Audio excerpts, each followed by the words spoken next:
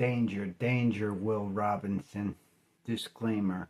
Everything I'm about to say is at my own responsibility, and do everything according to your own responsibility. You are your own advocate.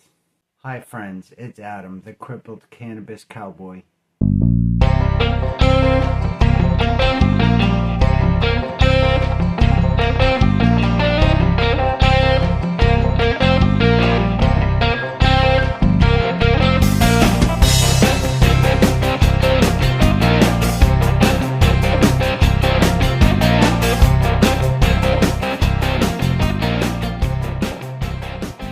Thanks for watching my video. Yeah, I accept no responsibility for this one. I don't even really know what the hell I'm talking about. But if you like what you see, subscribe to the channel and help a brother out. All I can really do here is speak from my own experiences and issue a warning that anyone that decides to do stuff like this, it's at your own risk, man. It's your own responsibility.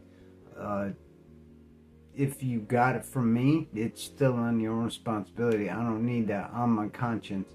I'm a daring individual, so I will try stuff.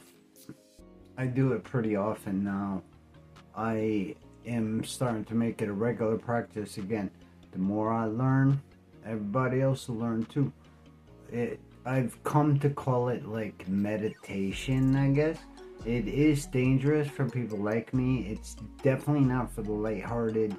Anyway, if you are like me, you have to be particularly cautious. It's not for the faint of heart. Like I said, you're gonna see things, you're gonna witness things that you don't like.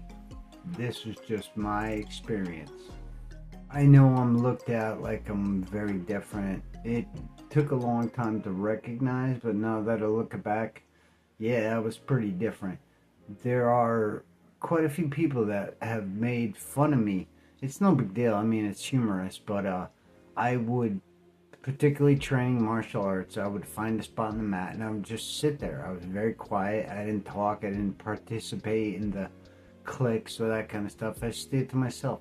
And there were a lot of people that thought I was like praying, and I wasn't praying. I would be just chilling out there in like the child pose in yoga and, you know, going through some basic stretches. However, I do remember my mentality of doing this. Now, this is something that I've done for years and years and years. So much so, I kind of thought it was regular. It wasn't foreign to me. I don't know what I'm doing. It's kind of like it always happened automatically, if that makes any sense. I say meditation because maybe it's breathing, maybe it's mindset. I really don't know. I never really paid attention to what I was doing. It just kind of happens automatically. Now, it's not like it's fast. It takes a while. I have to do this really deep look thing. I've described this a couple times to a couple friends of mine that have interest in this. And like I said, it's a deep, dark place, but when I would go into this state, I'll call it like a state, it's definitely like an outer body experience. Everything that I see and experience and even hear or whatever, it's just different. It's hard to explain. I did do this practice today. I actually did it twice.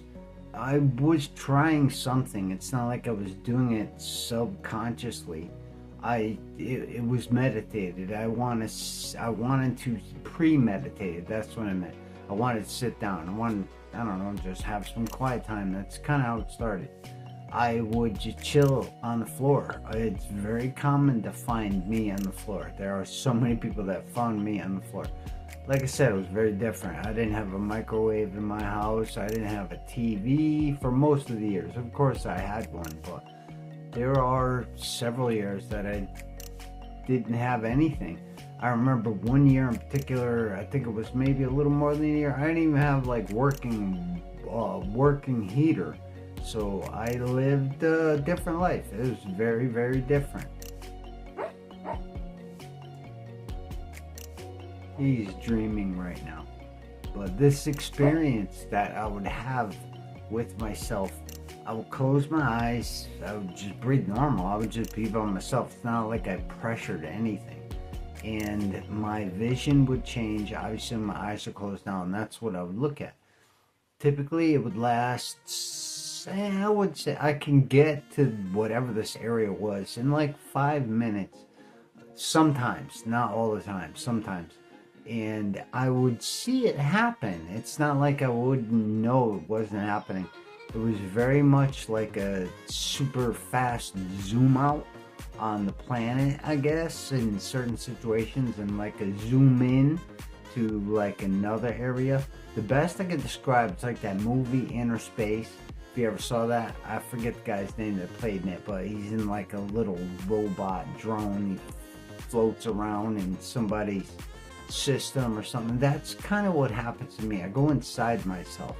Now, that didn't always happen. I'm doing that on purpose to try to find where my problems are. I've looked into many things, and this is just another thing I want to look into. I want to see what's there. There's something there.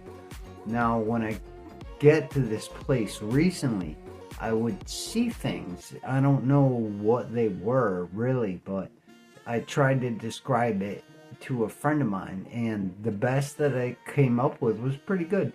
It was like, what I was seeing was like a sketch. This is after the whole, like, I don't know, stars and cosmos thing. Like I said, you're kind of floating. It's very out of body. But this sketch thing kind of popped in. I don't know, maybe it was me, maybe it wasn't, I don't know. I wouldn't see like a super clear picture. Like it was like over a black canvas, and it was a white type of sketch, and it was a sketch, and I would float around it, and it was like I was in my own drawing. I would zoom in, zoom out, whatever, but I couldn't really see the face. I couldn't tell if it was me. However, this didn't happen today. This happened in the past, but I did this whole zoom in thing, and I saw something when I went in there. This was, I don't want to say like 2 years ago maybe I did this, and this would happen.